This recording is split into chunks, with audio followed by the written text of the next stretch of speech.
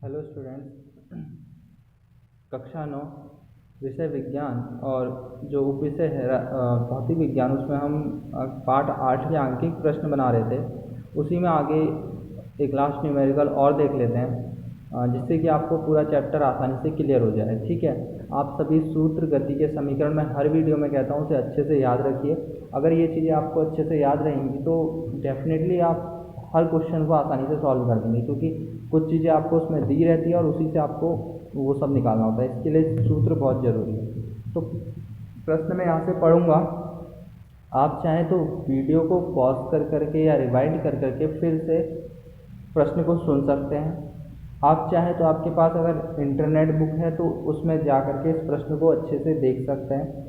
और थर्ड आपके पास ऑप्शन सबसे बेटर है, अगर आपके पास बुक है तो आप बुक खोल कर रख सकते हैं अपने आगे। चैप्टर 8 में ये क्वेश्चन है लास्ट में, ठीक हो गया, आपको ये इजीली मिल जाएगा। तो ये अभ्यास प्रश्न का ही प्रश्न है। ठीक है, प्रश्न मैं यहाँ से पढ़ रहा हूँ, ध्यान से सुनिए। ये कह रहा है कि किसी गाड़ी चालक, ठीक है, किसी गाड़ी चालक की जो गाड़ी है वो 52 किलोमीटर प्रति घंटा की गति से चल रही है। ठीक है, उसकी जो गाड़ी है इस स्पीड से चल रही है। कार में ब्रेक लगता है और कार विपरीत दिशा में एक समान दर से त्वरित होती है। ठीक है, यानी कि कार में ब्रेक लगा और जैसे ही ब्रेक लगा कार क्या हुई, पीछे की ओर एक समान रूप से त्वरित हो गई, यानी कि उसमें मंदन उत्पन्न हो गया। आपको पहले भी बताया गया है कि ऋणात्मक त्वरण को मंदन कहते हैं। ठीक है, त्वरित होती है। कार 5 सेकंड में रुक जाती है। टाइम दे रखा है कि 5 सेकंड में कार रुक जाएगी। ठीक है, अब दूसरा चालक है जो दूसरी गाड़ी को चला रहा होगा, वही दूसरी अपनी गाड़ी को 30 किलोमीटर प्रति घंटा की गति से चला रहा है और उस पर धीमे धीमे ब्रेक लगाता है और कार 10 सेकंड में रुक जाती है। दोनों कारों के लिए चाल समय ग्राफ आलेखित करें। ब्रेक लगने के पश्चात कौन सी कार अधिक दूरी तय करेगी, ये आपको ये जो चाल समय ग्राफ का है इसके द्वारा बताना है। ठीक है, तो क्वेश्चन आप समझ गए होंगे। कोई गाड़ी चालक है, 52 किलोमीटर प्रति घंटा की गति से गाड़ी चला रहा है, गाड़ी में ब्रेक लगता है, गाड़ी विपरीत दिशा में एक समान रूप से त्वरित होती है और त्वरित होने के पश्चात 5 सेकंड में रुक जाती है। दूसरा चालक है वो 30 किलोमीटर प्रति घंटा की चाल से चला रहा है गाड़ी को और गाड़ी पर धीरे धीरे ब्रेक लगाता है, जिससे गाड़ी 10 सेकंड में रुक जाती है। ठीक है, इसके लिए आपको सबसे पहले समय वेग ग्राफ जो है वो चाल समय ग्राफ आलेखित करना है और ब्रेक लगने के पश्चात कौन सी कार अधिक दूरी तय करेगी ये बताना है। ठीक है, तो देखो, जो पहली गाड़ी की चाल है इसमें जो दिया है, पहली गाड़ी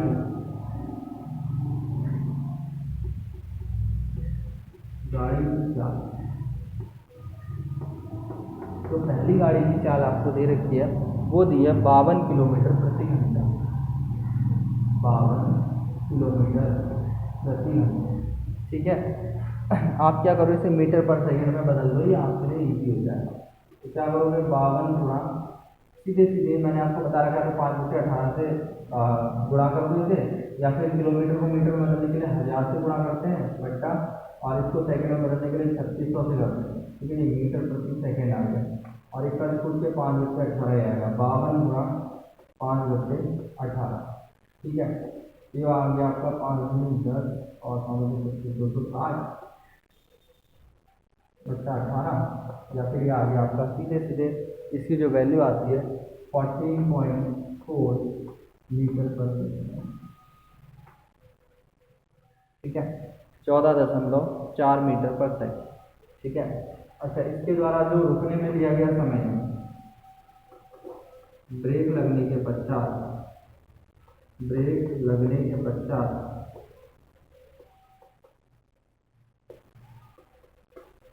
रुकने में लिया गया समय जो दे रखा है, रुकने में लिया गया समय,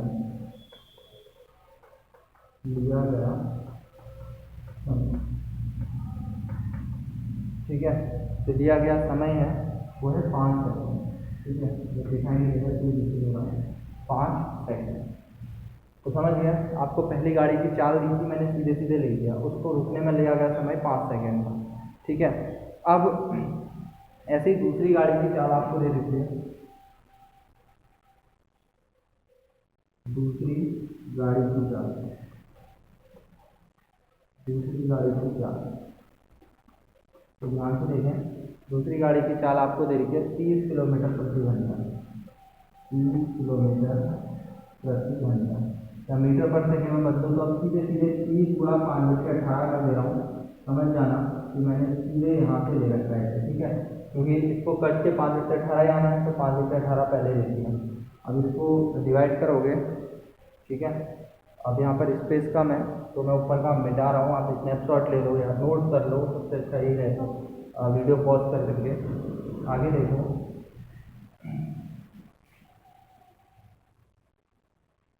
इसकी जो वैल्यू आएगी वो आएगी आपके पास, हाँ, 150/18 मीटर पर सेकेंड, या फिर इसको सॉल्व करके दशमलव में लिख लो, क्योंकि अभी ग्राफ बनाना है, ये भी ध्यान रखना कि ग्राफ बनाना है, तो सीधे उसी हिसाब से बनाना है। तो इसकी जो वैल्यू आएगी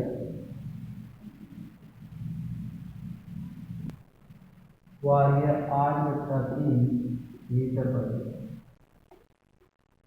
सॉरी 8.3 मीटर पर सेकेंड। आगे देखो, रुकने में लिया गया समय, ब्रेक लगने के पश्चात रुकने में लिया गया समय जो है इस कार का, रुकने में लिया गया समय, लिया गया समय, तो इसमें जो रुकने में लिया है समय वो है 10 सेकंड, ठीक है। आपको बताना है आप कौन, सबसे पहले तो आप ग्राफ बनाना है, ठीक है, तो मैं पहले सबकी चाल वगैरह नोट कर ले रहा हूँ यहाँ पर, किसकी चाल कितनी थी साइड में, इसे आप नोट कर लीजिएगा।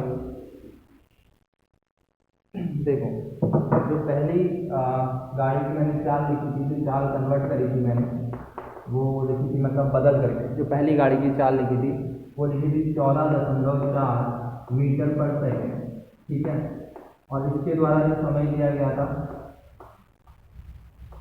वो लिया गया था 5 सेकेंड, ठीक, और ये पहली के लिए था, पहली गाड़ी की। और दूसरी गाड़ी की आपके पास नोट होगा, आपको ये लिखने की ज़रूरत नहीं है, मैं इसलिए लिख रहा हूँ क्योंकि मैंने ये इरेज कर दिया नीचे का और ऊपर का भी, तो मैं इनकी चाल और समय नोट कर ले रहा हूँ जो मैंने निकाला था।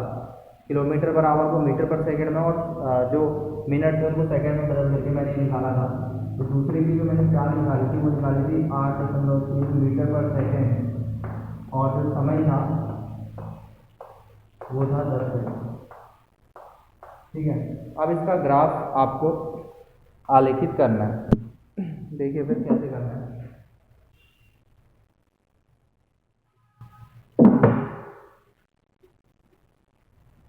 देखिए यहाँ से मैं ग्राफ को बना रहा हूँ,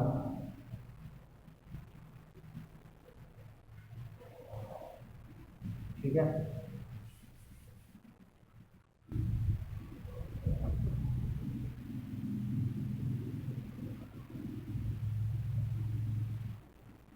ध्यान से देखिएगा, ग्राफ बना रहा हूँ। ग्राफ आपने इससे पहले मैथ में पढ़े ही होंगे, तो ग्राफ देखिए,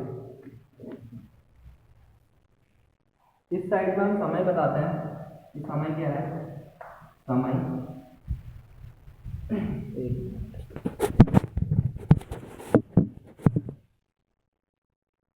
ठीक है, ये समय जो है सेकेंड में है, और इस साइड को लिखेंगे हम चाल, इस साइड को हम लिखेंगे चाल, ठीक है, चाल लिखेंगे। ये जो चाल है ये हमारी मीटर पर सेकेंड में, हमारा जो मान है 1.14 है, 1.5 है, तो ग्राफ में दोनों जगह पर जो आप पैमाने लेते हैं वो इक्वल होने चाहिए, ठीक है। आप ग्राफ में बनाएंगे तो ज़्यादा बेटर होगा। मैं यहाँ पर बोर्ड पे बना रहा हूँ, ध्यान से देखो, समय ले लेते हैं यहाँ पर, सेकंड में ले लें, ठीक है, 1 second, 2 second, 3 second, 4 second, 5 second, 6 second, 7, 8, 9 और 10, ठीक है, 10, आगे भी देना चाहेंगे 11 और 12, ठीक है। ये मैंने समय का पैमाना बना दिया।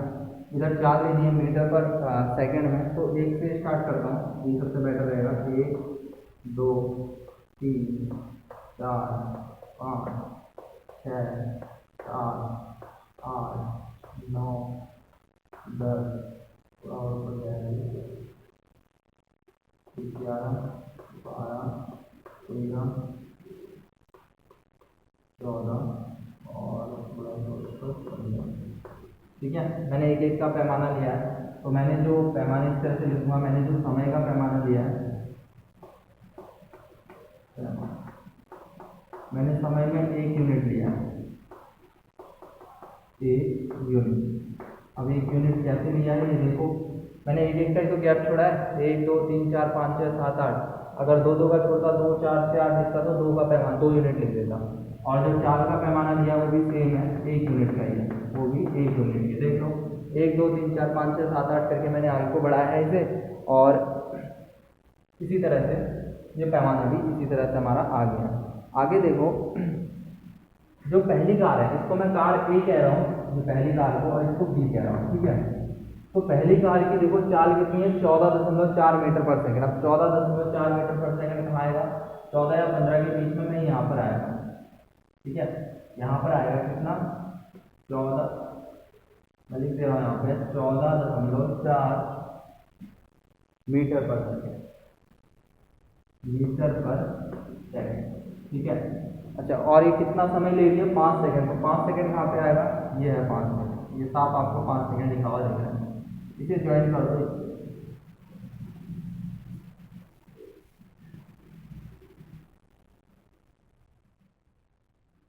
ठीक है, ये 5 सेकंड से ज्वाइन कर दो।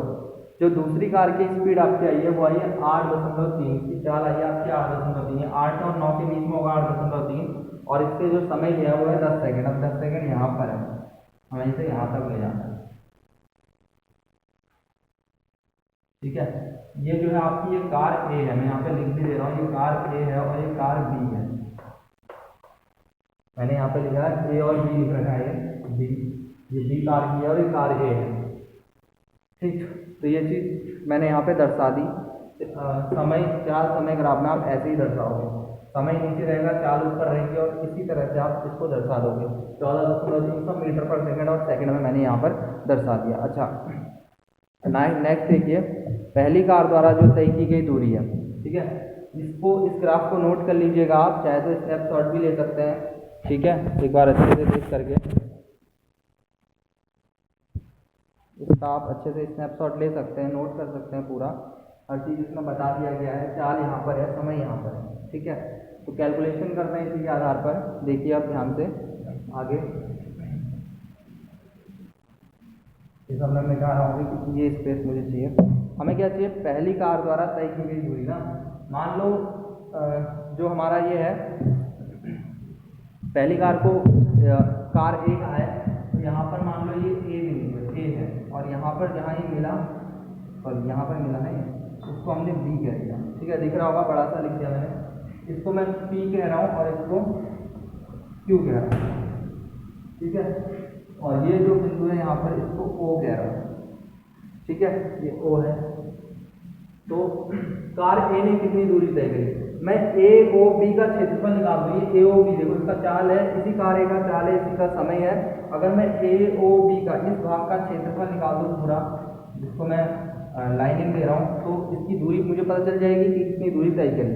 ठीक है, यहाँ लिख रहा हूँ कार ए द्वारा तय दूरी, कार ए द्वारा तय दूरी, तय दूरी क्या होगा, ए ओ बी का क्षेत्रफल, त्रिभुज ए ओ बी का क्षेत्रफल, त्रिभुज बनाने ए ओ बी का क्षेत्रफल। अच्छा, देखो किस तरह से बना, एक बार ध्यान से समझ लो। ए पॉइंट यहाँ पर था पहली कार के लिए, कार ए के लिए, ए पॉइंट यहाँ पे था, बी पॉइंट यहाँ पे था, इसका चाल ये है और समय ये है। ठीक है, और ओ ये, तो ये मेन पॉइंट है, इसको तो लेना ही लेना है। तो ये पूरा का पूरा त्रिभुज बन गया ए ओ बी। अब हम अगर ए ओ बी का क्षेत्रफल निकाल दें पूरा, इसको नहीं लेना है, इसको देखो, ए ओ बी का क्षेत्रफल निकाल दें तो हमें इसके द्वारा तय दूरी निकल जाएगी। तो त्रिभुज का क्षेत्रफल क्या होता है, त्रिभुज का क्षेत्रफल होता है 1/2 आधार गुणा ऊंचाई, आधार गुणा ऊंचाई। आपने पढ़ रखा है इससे पहले, गणित में आपने पढ़ा। ठीक है, 1/2 आधार गुणा ऊंचाई होता है। तो इसका आधार देख लो और ऊंचाई देख लो। 1/2 आधार क्या है इसका, आधार ये है, ओ से लेके बी तक की दूरी, ये रहा आधार। ठीक है, ओ बी गुणा ऊंचाई, ऊंचाई ये पूरी है, देखो ओ से लेके ए तक, ओ ए। ठीक है, ओ ए, तो ये आया कितना 1/2। ओ बी की वैल्यू कितनी है, ओ बी है यहाँ से 5 सेकेंड यानी कि 5 गुणा, और ओ ए कितना है, ओ ए है आपका 14.4, क्योंकि ओ से ए तक इसकी चाल है, तो ये है आपका 14.4। तो ये आ गया आपका, इससे इसे कैंसिल कर दोगे 7.2 आ गया, और ये आ गया आपका 36 मीटर, 36 मीटर, क्योंकि मीटर पर सेकेंड में है तो तब 36 मीटर आ गया इसका क्षेत्रफल। तो 36 मीटर स्क्वायर से इतनी दूरी तय की होगी, इसी क्षेत्रफल में इसने दूरी तय करी होगी। इसी तरह से देखो, जिस तरह से कार एओबी का क्षेत्रफल निकाला, ऐसी कार दूसरा देखते हैं, इसको नाम ले दिया था मैंने पीओक्यू। ये जो दूसरी चली इसी लाइन पे चली होगी, अब देखो इसको मैं ऐसे डॉटेड कर रहा हूँ, ये है इसकी दूरी, देख रहे हो पीओक्यू, आपको साफ दिख रही होगी पीओक्यू। तो त्रिभुज पीओक्यू का ये भी वही होगा, 1/2 आधार का होता है। 1/2 इसका आधार क्या है, देखो ओ क्यू है इसका आधार, क्योंकि 10 सेकेंड की दूरी चली, तो ओ क्यू गुणा, अब इसकी ऊंचाई कितनी है, ओ पी, ओ से लेके पी तक दिख रहा होगा आपको, ओ पी, ठीक है। तो 1/2 ओ क्यू की वैल्यू कितनी है 10, ओ पी की कितनी है 8.3। इससे देख लो ओ क्यू यहाँ से लेके यहाँ तक 10 है ये, और ओ पी यहाँ से आता 8.3 है, ये हमने निकाल रखा। तो ये 2 से 5 बार कैंसिल हो गया, ये हो गया आपका, इसको आप सॉल्व करोगे तो ये आएगा आपका 41.5। तो यानी कि किसने ज़्यादा दूरी तय करी, ये 10 सेकेंड चलने वाली कार बी ने, ठीक है, आपको दिख रहा होगा नीचे। तो कार बी ने ज़्यादा दूरी तय करी, मैं इसे ऊपर लिख दे रहा हूँ, यहाँ अगर नहीं दे रहा तो इसने जो दूरी तय करी वो है, यहीं बगल में लिख देते हैं 41.5 मीटर, ठीक है। वैल्यू रखी होगी आपने, सब कुछ कर दिया होगा, मैं सीधे सीधे आंसर लिख दे रहा हूँ, ये आया, ठीक है। तो इन दोनों में से किसने ज़्यादा दूरी तय करी, किसने तय करी, ठीक है, कार बी ने, ठीक है, जो 30 किलोमीटर प्रति घंटा की चाल से चल रही थी, जिसमें धीरे धीरे ब्रेक लगा, उसी ने ज़्यादा दूरी तय करी, इसमें तेज़ी से ब्रेक लगा तो इसने कम, ठीक है। तो इसी तरह से ग्राफ बनाकर पहले आपको पहले वाले का क्षेत्रफल निकालना था, ऐसे ही दूसरे वाले का, ठीक है।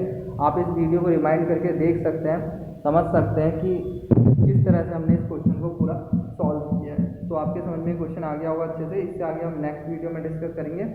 Thank you.